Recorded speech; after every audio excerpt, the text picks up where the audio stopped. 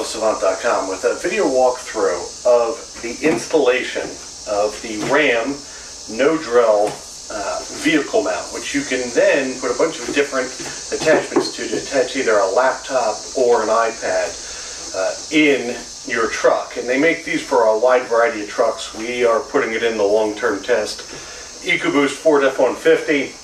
So already opened up the box, and here's basically what you get. You get a big solid plate that mounts underneath the two front seat bolts, and then there's a piece that then fits on top of here, which winds up being the arm for the actual mount. You also get a angle bracket so that if you want to, and for different mounting options, you can actually then reposition that to a bunch of different places. On top of this, two pieces that go together, and if you've ever worked on bicycles before, the piece that winds up attaching these two is a lot like the stem for a set of handlebars on a bicycle. So it's got a big long screw in it that, as you screw it, eventually wedges these two pieces together to give you height adjustability. And at the top, you get your big solid mount that goes on, adjustable lever, and then the standard Ram mount, ball mount that sits at the top. So I wanted to just walk through what it takes to do the installation. We've never done it before, but it actually looks like it's going to be pretty easy. To start out, what you have to do is take out the two front bolts from the front seat, loosen up the back ones, just tilt the seat back a little bit, and then slide this back in and torque down your back bolts. So we'll get started on that. The seat bolts that are on the F-150 are 15 millimeter. So we got our 15 millimeter socket here.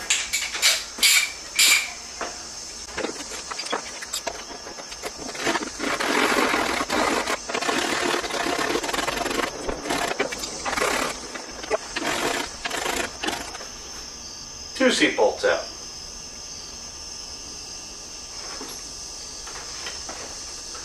Now you, either if you have power or not, take the sleeve, slide it all the way forward. And it looks like the back seats have. The back bolts have covers on them, so you're going to pop them off.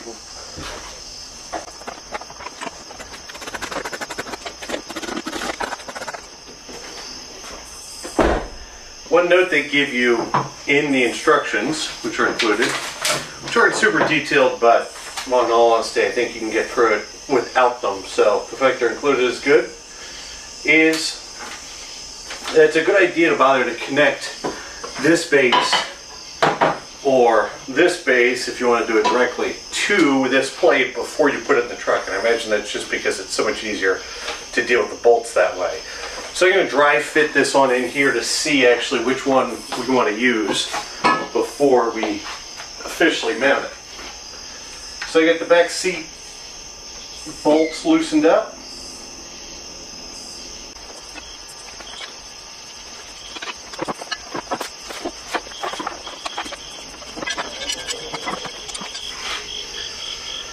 So now you get your bolt kit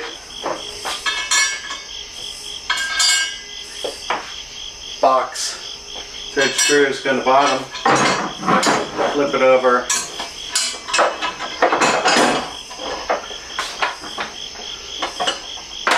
but that guy in there.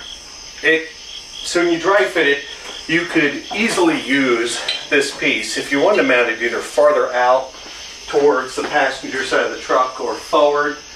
But actually where it looks like it's going to wind up is fine. And the reality is this gets you a little bit more height as well. But for now, we're going to do it direct and see how it winds out. The good part is, it looks simple enough that if you want to move it, it wouldn't be too tough.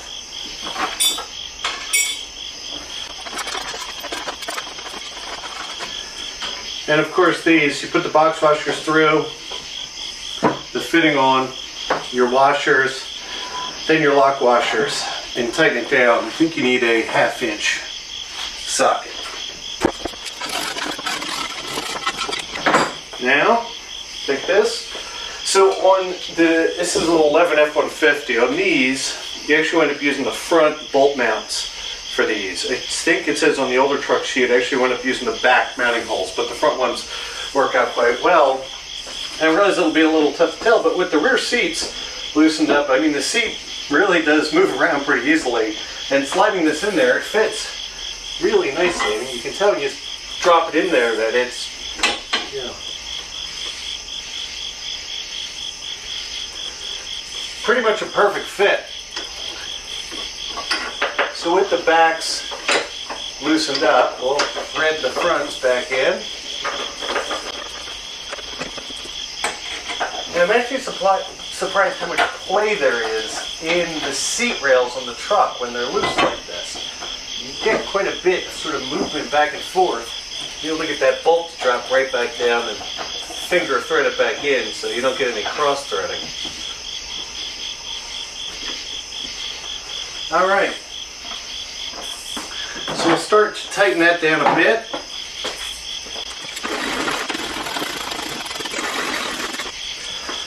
All right, all these bolts, once you get them tight, need to be torqued down to 30 foot-pounds.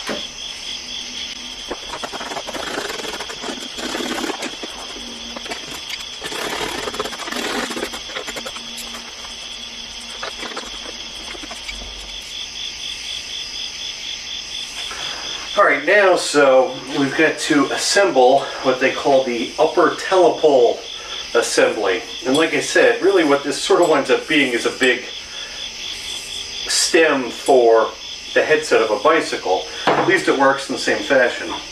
So you get a big threaded screw and one of the nylon nuts. So what you have to do with this is take it and clamp it down, and then take a socket, 9/16, and thread this thing on about 1/4 of an inch.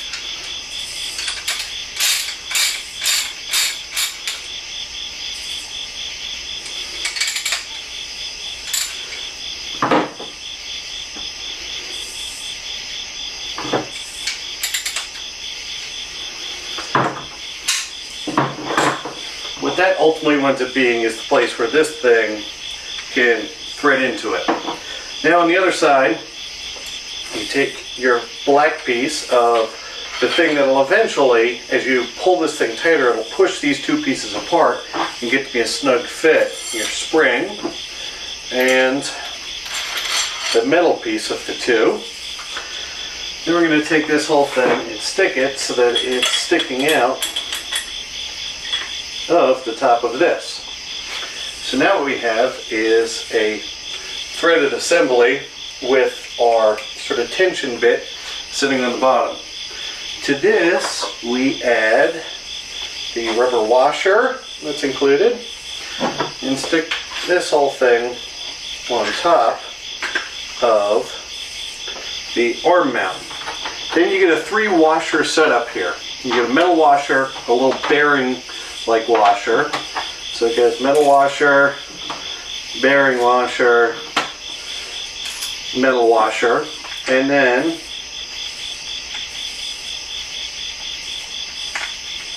this threaded handle. That's it. So you'll notice as you turn this thing, it starts to spread these two pieces apart. So if we want to, we can go and stick this right in the truck. And amazingly, that is about it. I can tell you this thing it's actually surprisingly solid. So we'll take some pictures of that and I'll show you as I walk you through the next piece. So what we have in this box now is, like I said, you get a bunch of different mounting options for the pieces that you can put on top. What we have at this point is the iPad mount for it.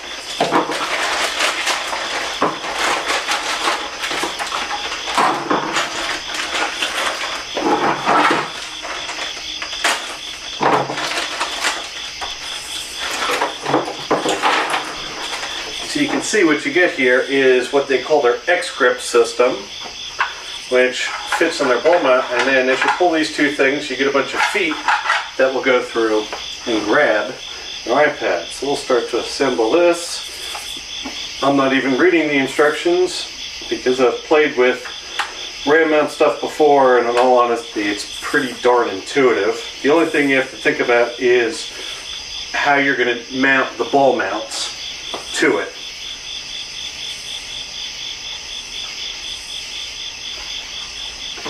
So now I'm going to go grab the base mount here.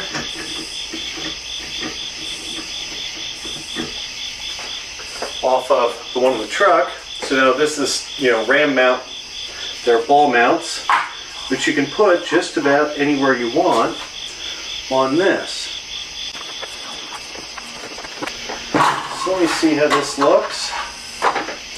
You'll notice this comes with some additional pieces, and the purpose of those is to get yourself an even snugger mount depending on which types of fittings and how you'd like to mount them. So you could basically either have it like this, which I will tell you gets a pretty secure grip, at least in the ones we've dealt with in the past, or you can actually be able to mount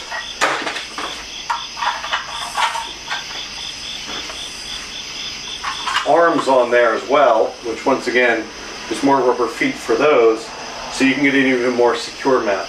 We're actually going to start without these for now, see how well it works. So let's go through and dry fit this.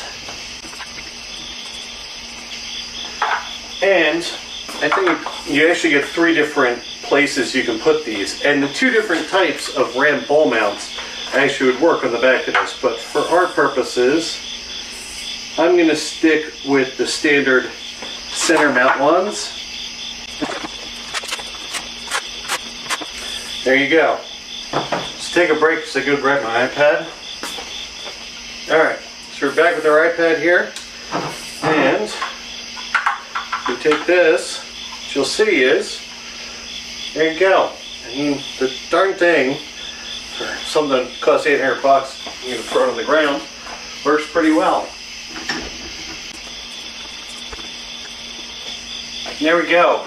I'll tell you what, I'll be back tomorrow and we have some good break daylight to show what it looks like in the car, but in less than a half an hour start to finish, the whole thing's in, and as you'll see tomorrow in the videos, I'll even take some while driving. It is rock solid mounted in there.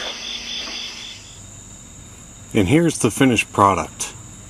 You can see the plate down below, the bolts, and one thing I didn't mention last night was the fact that the bolts even come with nice rubberized covers. Comes up, and you'll see that where it's mounted, it actually has full ability to swing in all 360 degrees of rotation, and I've got it sort of mushed back up. So you notice in the F-150 at least, you get an extra 12 volt power outlet in the back, which we've got a 10 amp charger plugged into with the cord running up, so we can get full-time power on the iPad for all the time charging if you need it. And then from the driver's side, to give you an idea what it looks like from over here with no iPad in it. And we run a Snug cover, Snug's the manufacturer of the cover, on our iPad. So the nice part about the X-grip is, as we'll see in a second, is even with the cover on, you can still easily put it in the X mount. And where it's positioned right now is a pretty handy thing. In a lot of ways, it's as good as a navigation screen that would be in the center stack is, as far as eyes off the road perspective, and it's right in reach when you've got your arm sitting on the headrest.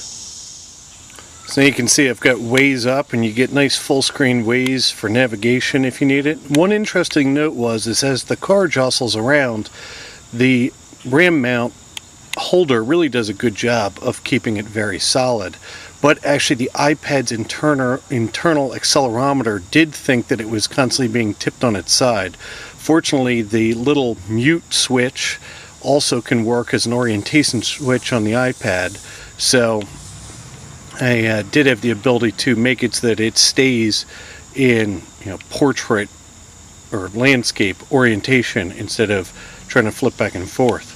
So there you go, the RAM mount, laptop and iPad mount from RAM Mounts. Really, so far, seems like a really nice accessory. I'm Kevin Gordon from AutoSavant.com. I look forward to talking to you guys soon.